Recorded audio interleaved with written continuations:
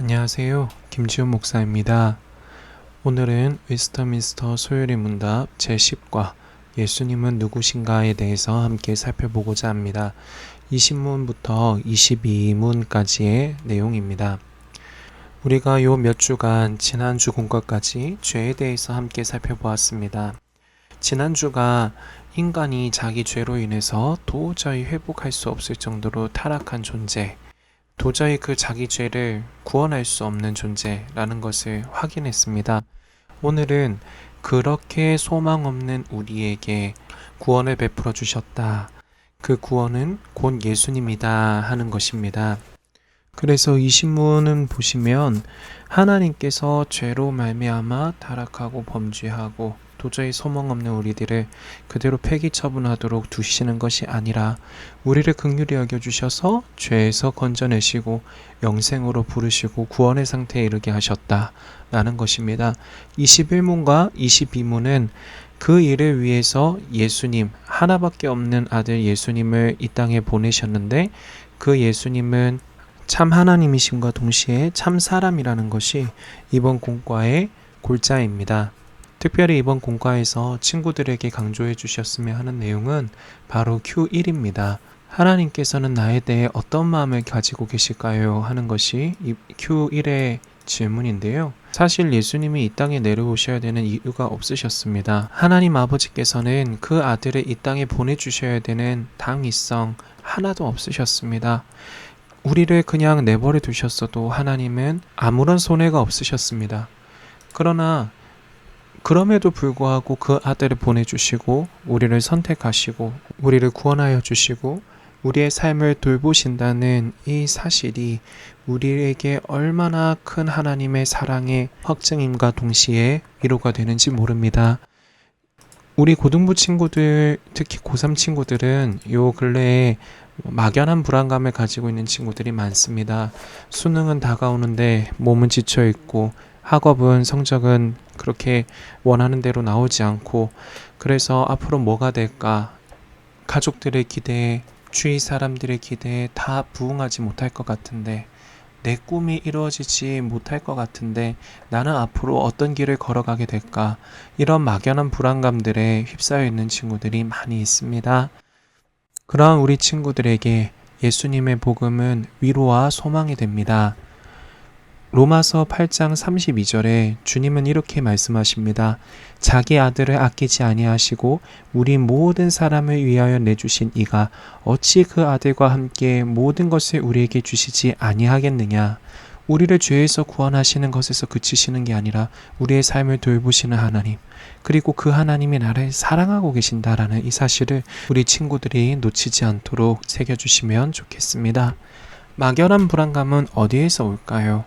막연한 불안감은 하나님이 주시는 것이 아닙니다. 하나님은 정확하신 분이십니다. 하나님은 막연한 것으로 애매하게 우리를 괴롭게 하거나 힘들게 하지 않으십니다.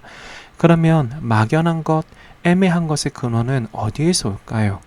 하나님이 아니라면 아마 마귀가 주는 마음도 있을 것이고 우리 죄성이 우리로 하여금 하나님을 신뢰하지 못하게 하기 때문에 막연하게 불안해하고 그 불안감 때문에 오히려 하나님을 떠나고 그 불안감 때문에 하나님을 의지하기보다 더 세상의 것에 의지하고 학원을 더 의지하고 공부를 더 의지하는 모습이 나타나지 않겠습니까?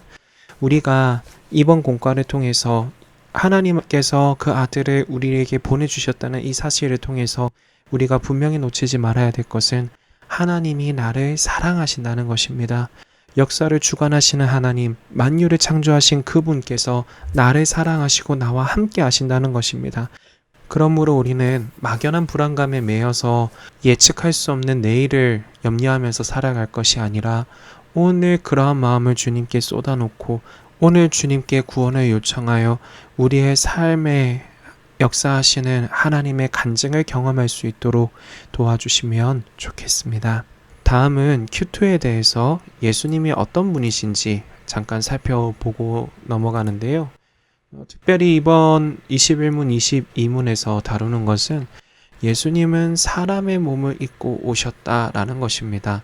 참 하나님이시자 참 사람이신데 특별히 참 사람이심에 강조점이 있습니다.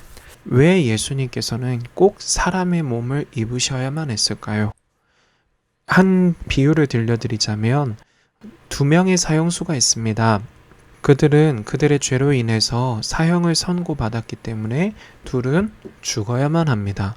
그런데 이 두 사형수 중에서 한 명이 재판장님, 저는 옆에 있는 이 사형수가 너무 불쌍해요. 그냥 제가 대신 죽을게요. 그렇게 요청을 했다고 합시다. 재판장의 입장에서 이것이 받아들여질 수 있을까요? 받아들여질 수 없을 것입니다. 어차피 그 친구도 사형수인데 죽어봐야 자기 죄로 죽는 거지 남의 죄를 대신 져줄 수 있는 상황이 안 되기 때문입니다. 로마서 3장 23절에서는 이렇게 말씀하십니다. 모든 사람이 죄를 범하였음에 모든 사람이 죄를 범하였다.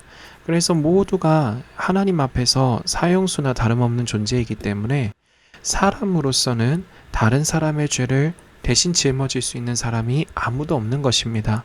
이 죄의 문제가 해결되지 않으면 하나님과 우리 관계가 회복될 수 없고 하나님과 우리 사이는 계속해서 원수의 상태로 남게 되는 것이고 이 죄로 말미암아서 우리는 최종 심판을 받게 되는 것이지 않습니까?